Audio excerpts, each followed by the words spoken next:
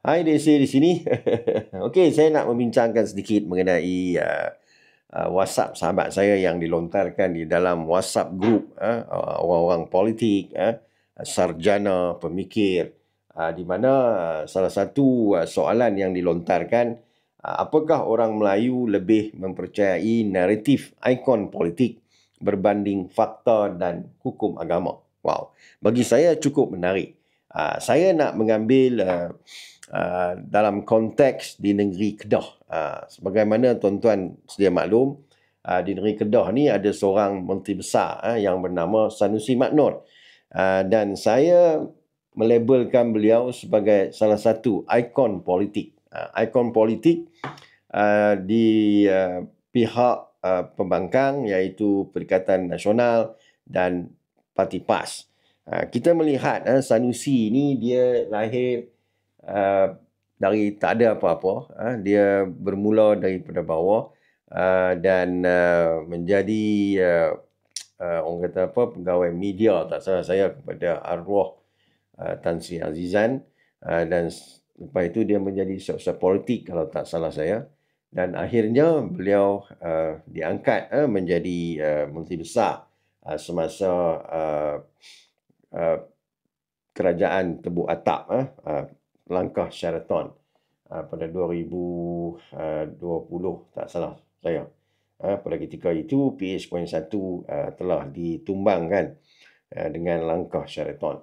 Jadi Sanusi Mak Nur ni tuan-tuan, dia adalah orang yang orang kata apa, memainkan peranan yang cukup besar di dalam kejayaan Parti PAS dan Perikatan Nasional di dalam mengambil alih 4 negeri iaitu Perlis, Kedah, Terengganu, Kelantan bagi saya dah lama. Begitu juga banyak kerusi UMNO, kerusi orang kata apa, kerusi PH di Perak, di Selangor telah meningkat bagi pihak Perikatan Nasional. Dan kalau kita melihat studi yang dibuat oleh Merdeka Center, pengaruh Sanusi ini daripada Perlis sampai ke orang kata apa, sampai ke Negeri Sembilan itu cukup kuat. Itu yang saya cakap. Dalam dunia sekarang, dalam politik semasa sekarang ini, saya melihat pengundi-pengundi ataupun rakyat, dia lebih suka kepada ikon politik. Maknanya dia melihat hamba Allah ini, ahli politik ini sebagai salah satu ikon. Dia tidak melihat ahli politik ini mewakili mana-mana parti. Dan ini terbukti di negeri Kedah. Anak-anak muda yang di negeri Kedah ini, mereka bila kita bersembang, adakah anda pilih PAS? Dia cakap tidak, dia pilih Islam. Kenapa? Kerana dia melihat Sanusi Mak Nur dari konteks orang kata apa, mempromosi Islam dan Melayu, mengatakan Islam terancam, Melayu terancam. Jadi nak selamat kena pilih Islam. Dan Sanusi Mak Nur telah memainkan naratif-naratif yang cukup hebat. Dan beliau telah diangkat menjadi seorang ikon bagi saya, ikon politik anak-anak muda. Bagi mereka pengundi di bawah umur 50 tahun. Tapi kalau saya berada di Kedah, apabila saya pergi di kampung-kampung, bukan takat anak muda, orang tua-tua pun minat kepada Sanusi. Ini yang saya kata. Maknanya, orang Melayu sekarang ini, dia lebih cenderung kepada naratif ikon politik. Dia suka mendengar. Sebab itu di Kedah ni tuan-tuan,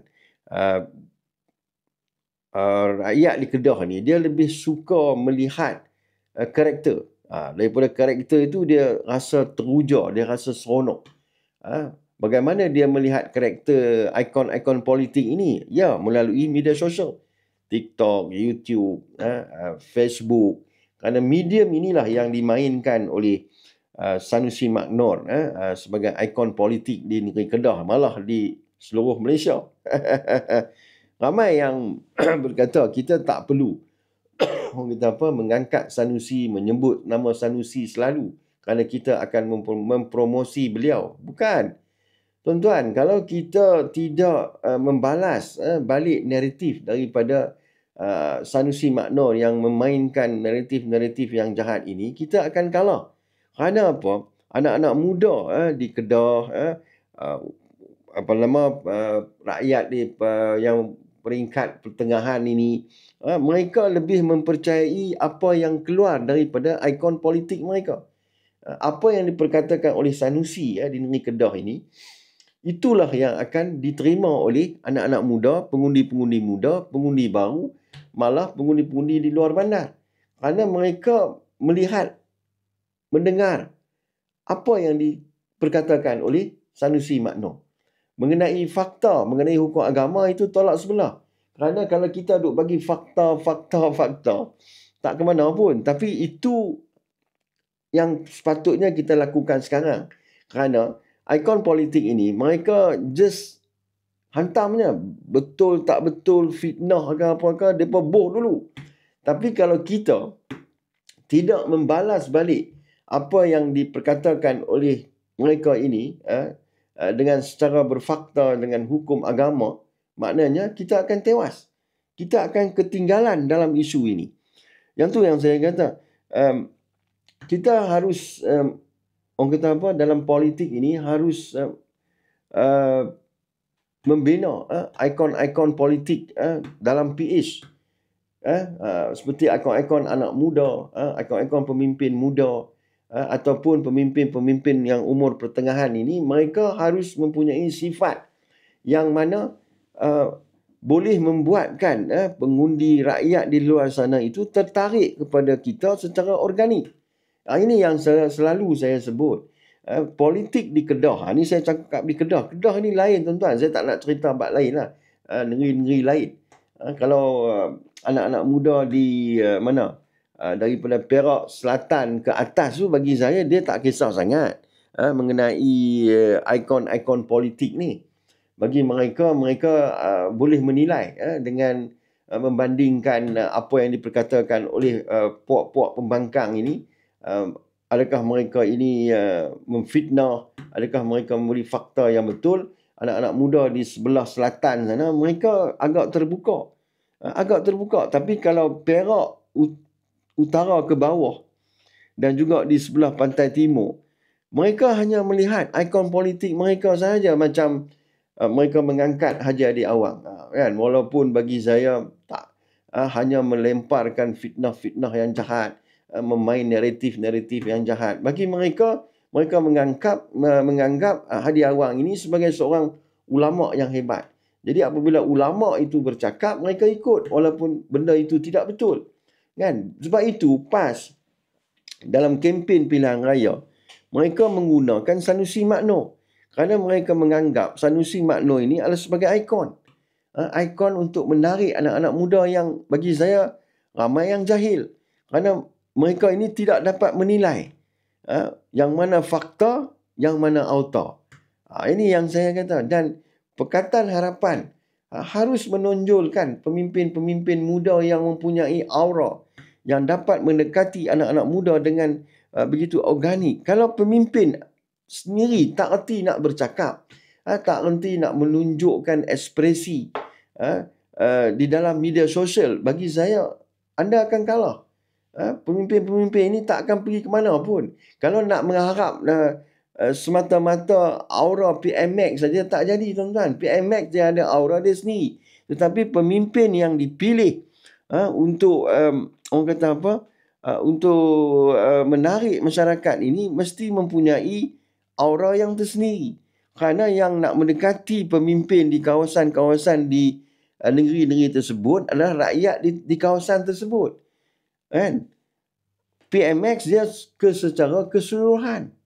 Tapi kalau kita semata-mata nak mengguna orang kata apa, privilege ataupun advantage daripada PMX, kita tak akan ke mana. Ini yang saya kata, setiap negeri harus mempunyai ikon-ikon politik yang mempunyai karakter dan personality yang kuat. Kerana apa yang dikeluar oleh mulut beliau, mulut pemimpin itu akan diterima oleh anak-anak muda dan pengundi-pengundi di luar sana. Untuk makluman, dalam PRN ataupun PRU yang ke-16, 60% akan datang daripada pengundi muda. Jadi pengundi muda ini mereka hanya berdasarkan kepada apa yang mereka tonton di dalam YouTube, TikTok, Facebook. Kerana inilah gadget yang dekat dengan mereka. Dan bagaimana nak menarik mereka mendengar apa saja yang dibawa oleh kerajaan, pemimpin itu mesti mempunyai karakteristik yang kuat, karisma yang hebat. Serupa magnet, tuan-tuan. Kalau dia bercakap di media sosial, beratus orang dengar, beribu orang dengar dalam live beliau. Kan? Dalam konten-konten, berpuluh ribu, beratus ribu yang view the content. Kerana apa? Sekarang ini, medium yang paling, orang kata apa, berkesan adalah media sosial, menggunakan handphone. Jadi itu yang saya kata, ya, orang Melayu dia lebih percaya ikon politik daripada fakta dan hukum agama. Jadi menjadi tanggungjawab kita sebagai pemimpin PH, Pakatan Harapan ataupun Barisan Nasional untuk mengambil peluang ini supaya pemimpin-pemimpin kita juga diangkat sebagai ikon politik. Anak-anak muda dan juga pengundi-pengundi umur yang pertengahan ini. Itu yang saya nak cakap lah. So, kita kena renung-renungkan lah. Kalau setakat kita nak bekerja, bagi bantuan, bagi hak nu, bagi hak ni. Mereka ambil, tuan-tuan. Segala bantuan yang diberi, mereka ambil. Tapi mengundi, belum pasti.